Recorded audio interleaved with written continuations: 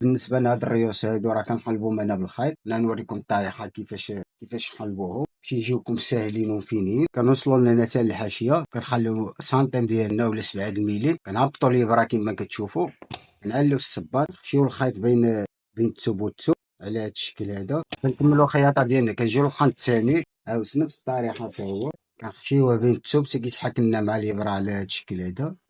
كنزيدو واحد الغرزة، كندورو الخيط ديالنا نخشيوه لداخل. الخط الثالث عاود نفس العملية، كنعليو الصباطة، كنخشيو الخيط بين التوب فين توصل الإبرة، كنزيدو واحد الغرزة، كندخلو الخيط لداخل، كنحطو الريوس ديالنا على هاد الشكل،